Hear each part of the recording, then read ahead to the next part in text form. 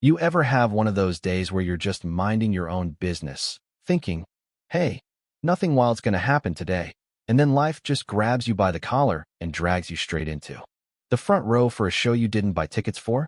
That was me, that Sunday, standing barefoot in my driveway with the sun burning the back of my neck, watching karma roll up in a fire truck. Lights blazing, sirens slicing through the quiet of Laurel Bluff like some kind of cosmic punchline. I mean, I'd spent the whole morning telling myself I'd avoid drama, maybe prune a couple bonsai trees, walk Patch, the world's slowest, most stubborn beagle, maybe even clean out my garage if I was feeling wild. Instead, I got the sort of poetic justice you only see in movies, except this time. The villain wasn't some made-up bad guy, but Jolene Braftoft herself, our neighborhood's self-appointed queen.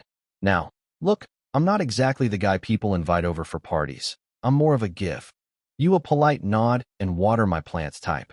I work as a systems analyst. I like things in order, and Patch, my old beagle, is my ride or die. We moved here for the peace and quiet, but I quickly learned that peace doesn't last long when your HOA president thinks she's Napoleon with a clipboard and a whistle. Jolene was legendary around here, always marching across her lawn like she was inspecting troops, writing up violations for anything from a slightly askew mailbox to, I kid you not, unauthorized succulents. 3 aloe plants. On my porch. You'd have thought I was harboring fugitives.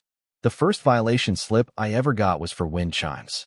Bamboo, not even the metal ones, barely made a sound unless you listened hard. Next day, new violation, those aloe plants. Apparently threatening. I honestly thought she was joking.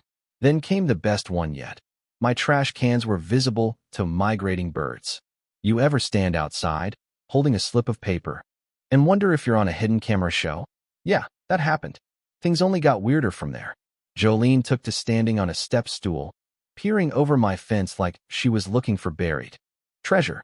One night, I watered my bonsai trees a little late. 9 o'clock. Sue me, it was summer. And by sunrise, the entire neighborhood got an email about suspicious night gardening. I almost spit out my coffee when I read that. She actually used that phrase, like I was running some covert operation with a watering can and a bag of Miracle-Gro. You know what's wild? She started telling people that the wires on my bonsai were telemetry equipment, that I was spying on the neighborhood. Me. I'm the kind of guy who loses sleep if I think I've parked too close to the curb, and suddenly I'm a one-man surveillance squad. Patch was the only one not fazed by any of it.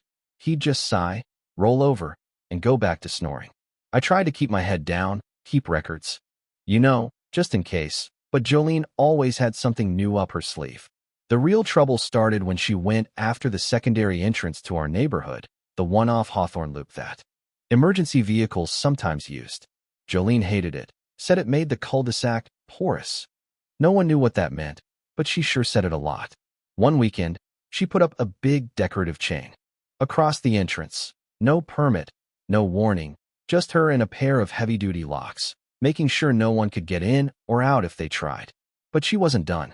The fire hydrant on the corner, one that could save lives, mind you, became her next target. She surrounded it with a mini fortress of river stones for curb appeal, then slapped a brass ring and a padlock on the cap, like she was guarding buried treasure. I sent her the city code. Fire hydrants have to be clear and accessible at all times. But she shot back her own HOA emergency access protocol, complete with her digital signature at the bottom. The thing was so full of typos I had to read it 3 times just to make sense of it. I started wondering if she was doing this for real or just to mess with us. It all came to a head that Sunday afternoon when I was on the porch with Patch, both of us trying not to melt, and suddenly, sirens. I saw the smoke before I saw the fire engine, black clouds curling up from somewhere behind the houses. The fire truck sped up to the Hawthorne Loop entrance and stopped. There was Jolene, dragging cones into place like she was managing traffic at a parade, blocking the fire truck from reaching her own house, which was, you guessed it, on fire. She was holding up her laminated card, waving it at the captain through the window, like she thought her authority would work on people whose job is literally saving lives. That's when it all unraveled. The captain radioed for help. Police cruisers rolled in, lights flashing, and Jolene started arguing, trying to explain. Herself with the same tired whistle and official card. One officer tried to move her aside. She blew the whistle, but it sounded more like a dying bird than a call to action. The firefighters stood there, waiting, and I caught the captain's eye. I just pointed to the river stones and made a little padlock motion with my hands. The captain's face said it all. He was done. Within minutes, the fire marshal showed up, started snapping photos of the locked hydrant, the chain across the entrance, the decorative rocks. He asked Jolene for the key to the padlock. She looked like she'd swallowed a lemon. The key was inside, in the burning house. A cop grabbed some bolt cutters, took care of the chain with one clean snap, and the firefighters poured out, hoses ready, shoving past Jolene, who tried to block them with her own body. They smashed through the river stones like they were made of paper, hacked off the padlock, and hooked up the hose. A neighbor had drone up, caught the whole thing on video. Jolene, in her yard, screaming, "You can't do this," while water blasted through her flamingos and right into her living room. I'm not gonna lie. I almost felt bad until I saw her orange tabby launch through the door and make a beeline for my porch. Eyes wide, fur singed, Patch sniffing at it like, "Hey man, wild day, huh?" The firefighters got the fire out. Jolene's living room was toast, literally and figuratively. But the show wasn't over. While the smoke was still clearing, the cops were scrolling through Jolene's emails on a tablet, reading out loud the ones where she'd authorized the chains, the stones, the padlock, the fake emergency rules, every power trip, every dumb decision, in her own words, with her signature. The fire marshal started writing citations. So did the cops. Obstruction of emergency services, tampering with fire hydrant access, pretending to be some municipal big shot. The list kept growing. The best part? The insurance companies caught wind. Her own company and the HOAs launched investigations. The board got put under review, and when the court date came around, the whole neighborhood was buzzing.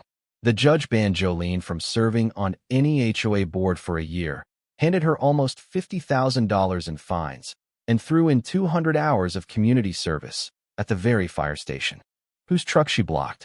That's not even the kicker. The HOA went into receivership, brought in a real lawyer, and deleted every ridiculous rule she'd ever dreamed up. I stood in my driveway when it was all said and done, watched Jolene pack up her life into boxes. She couldn't afford the house anymore, not with the fines, the repairs, the sky-high insurance. She looked at me across the cul-de-sac, her face a color I don't think exists in nature. I gave her my classic two-finger wave. The orange cat, who I'd started calling Ember, never left my porch. Within a week, it was sleeping on my couch like it owned the place. They asked me to run for the board after all that. I said no, but I did volunteer to keep the hydrant clear. Figured it'd make Jolene spin in her grave, wherever she ended up.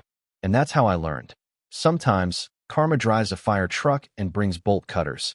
And if you're lucky, you get to watch it from your front porch with your beagle and a very singed cat. So what do you think? Was justice served, or did karma go too far?